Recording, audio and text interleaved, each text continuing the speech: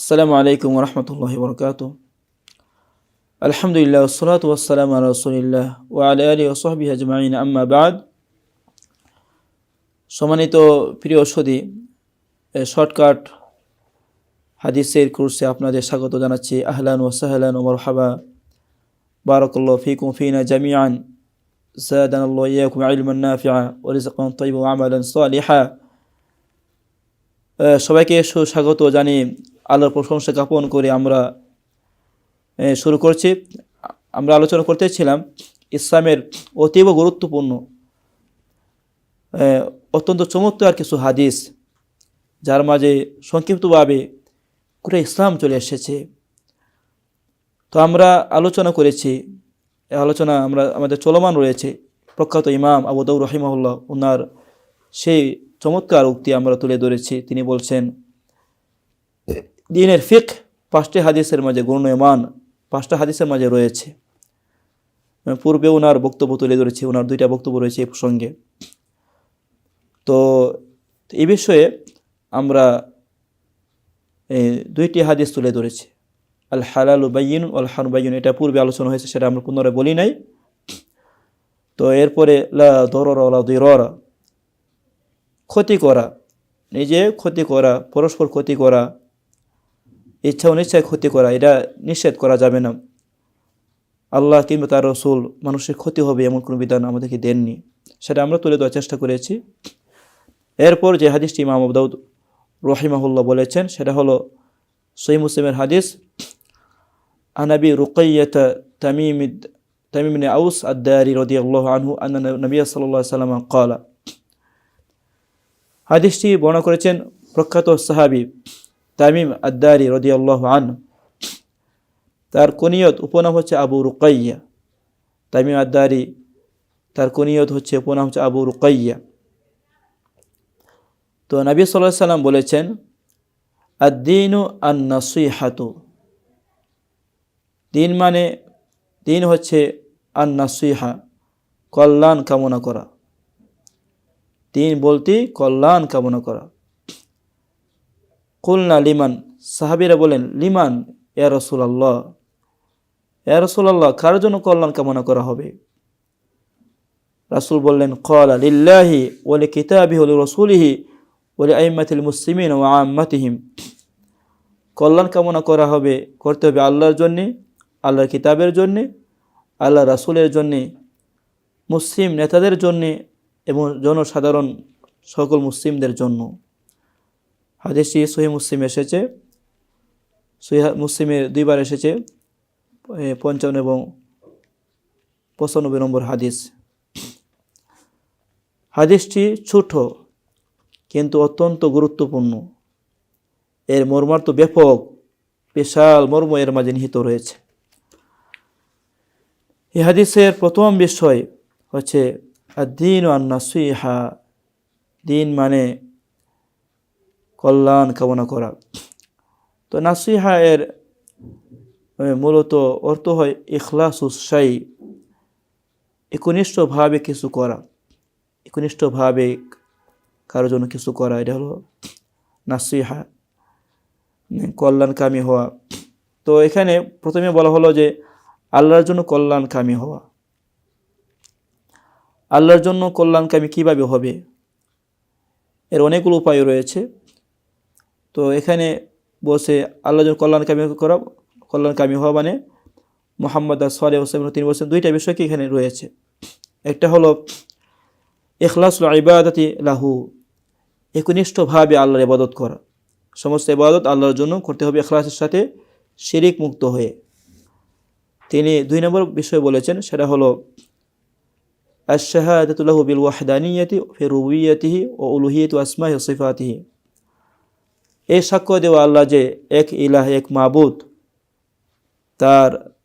তিনি যে এক রব, এক খালেক, স্রষ্টা, বিশ্বজাহানের পালনকর্তা, তার সুন্দর নাম গুণাবলী রয়েছে, শ্রেষ্ঠ বৈশিষ্ট্য রয়েছে। এক্ষেত্রে আল্লাহ এক, তার কোনো শরীক নেই, সাক্ষ্য প্রদান করা। তো এখানে সংক্ষিপ্ত বিষয় হলো আল্লাহর কল্যাণকামী হওয়া মানে আল্লাহর প্রতি বিশুদ্ধ আকীদা রাখতে হবে, খাঁটি ঈমান রাখতে হবে, আল্লাহকে সর্বোচ্চ ভয় করা, আল্লাহর রহমতের আশা রাখা, সমস্ত ইবাদত আল্লাহর জন্য করা, আল্লাহকে সর্বোচ্চ ভালোবাসতে হবে, পৃথিবীর সবার চেয়ে আল্লাহকে ভালোবাসতে হবে, আল্লাহর নির্দেশকে মূল্যায়ন করা, গুরুত্ব দেওয়া, আরও অনেক বিষয়কে শামিল করে উলামায়ে কেরামের লম্বা ব্যাখ্যা দিয়েছেন। তো আল্লাহকে গোপনে প্রকাশ্যে ভয় করতে হবে, আল্লাহর জন্য কল্যাণকামী হওয়ার অর্থ আল্লাহর সম্পর্কে সঠিক জ্ঞান অর্জন করতে হবে। তো আল্লাহর কিতাবের জন্য কল্যাণকামী হওয়া এর অর্থ কি উলামায়ে কেরাম অনেক ব্যাখ্যা দিয়েছেন।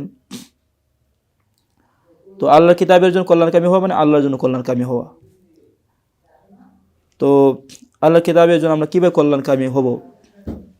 প্রথমত কোরআনের সঠিক শিক্ষা আমাদের গ্রহণ করতে হবে, কোরআন বিশুদ্ধ তেলাওয়াত শিখতে হবে, কোরআনের প্রতি আমাদের পরিপূর্ণ ঈমান রাখতে হবে, কোরআনের যাবতীয় নির্দেশ আমাদেরকে মানতে হবে, সমস্ত নিষিদ্ধ বিষয়গুলো আমাদের বর্জন করতে হবে, কোরআনের প্রতি পরিপূর্ণ আমাদের ঈমান আনতে হবে, কোরআন সর্বশ্রেষ্ঠ কিতাব এটা আমাদের বিশ্বাস করতে হবে, কোরআনকে মূল্যায়ন করতে হবে, কোরআনকে আমাদের ব্যক্তি জীবনে, পরিবারের, সমাজে সর্বত্র কায়েম করতে হবে। রাষ্ট্রীয়ভাবে যারা ক্ষমতায় আছে কোরআনের আইন শাসন সেটাকে বাস্তবায়ন করতে হবে, কোরআনকে সর্বোচ্চ মূল্যায়ন করা, কোরআনকে সবচেয়ে শ্রেষ্ঠ মনে করা, কোরআনের ব্যাখ্যা রাসূলের হাদিসকে ধারণ করতে হবে এবং কোরআনকে সবচেয়ে ভালোবাসতে হবে, কোরআনকে প্রতিরক্ষা করতে হবে, কোরআন বিরোধী যাবতীয় কর্মকাণ্ড বর্জন করতে হবে, কোরআন বিরোধী যারা আছে এদের সাথে শত্রুতা রাখতে হবে। এরপরে রাসূলের জন্য কল্যাণকামী হওয়া। তো রাসূলের কল্যাণকামী হবেন, রাসূলের প্রতি ঈমান আনতে হবে, তিনি শ্রেষ্ঠ রাসূল, সর্বশেষ রাসূল এ বিশ্বাস করতে হবে, রাসূলের সুন্নাহ আদর্শ গ্রহণ করতে হবে, রাসূলের সুন্নাহ আদর্শের আলোকে আমাদের ব্যক্তি জীবন, পরিবার, সমাজ সব কিছু পরিচালনা করতে হবে, রাসূলের হাদিসকে ভালোবাসতে হবে, এর প্রচার প্রসার করতে হবে, হাদিস সম্পর্কে সঠিক জ্ঞান রাখতে হবে, হাদিস বিরোধী যারা আছে এদের প্রতিহত করতে হবে, রাসূলের দুশমন যারা আছে এদের সাথে দুশমনী রাখতে হবে, রাসূলের বন্ধু যারা আছে এদের সাথে বন্ধুত্ব রাখতে হবে, রাসূলের নীতি আদর্শকে আমাদের সবাই মেনে চলতে হবে। তো রাসূলের প্রতি কল্যাণকামী করা এর আরও অনেকগুলো মর্ম রয়েছে। তো এক্ষেত্রে আরও উল্লেখযোগ্য বিষয় হলো রাসূলের নামে কোনো বিদআত চালু করা যাবে না, বাড়াবাড়ি করা যাবে না, সীমা লঙ্ঘন করা যাবে না। তো এরপরে বলে আইম্মাতুল মুসলিমিনা, মুসলিম নেতা যারা আছে, মুসলিম নেতা দুই ধরনের, শাসক এবং উলামায়ে কেরাম। শাসক যারা আছে, মুসলিম শাসক, তাদের কল্যাণকামী হওয়া, ভালো কাজে তাদের সহযোগী হওয়া, মন্দ কাজে সহযোগী না হওয়া, তাদের বিরুদ্ধে মুসলিম যতক্ষণ থাকবে তাদের বিরুদ্ধে বিদ্রোহ না করা, অস্ত্র নিয়ে বের হয়ে না যাওয়া, তাদেরকে সঠিক বিষয়ের পরামর্শ দান করা, ভুলে গেলে স্মরণ করিয়ে দেওয়া, তাদেরকে ইসলাহ সংশোধনের জন্য দোয়া করা এবং আহ্বান করা। মুসলিম যারা আলেম ওলামা আছে, নেতৃবর্গ, এদেরকে ভালোবাসতে হবে, সত্যিকার আলেম ওলামা এদের কাছে এলেম গ্রহণ করা, এলেম নেওয়া, তাদেরকে ভালোবাসা, এদেরকে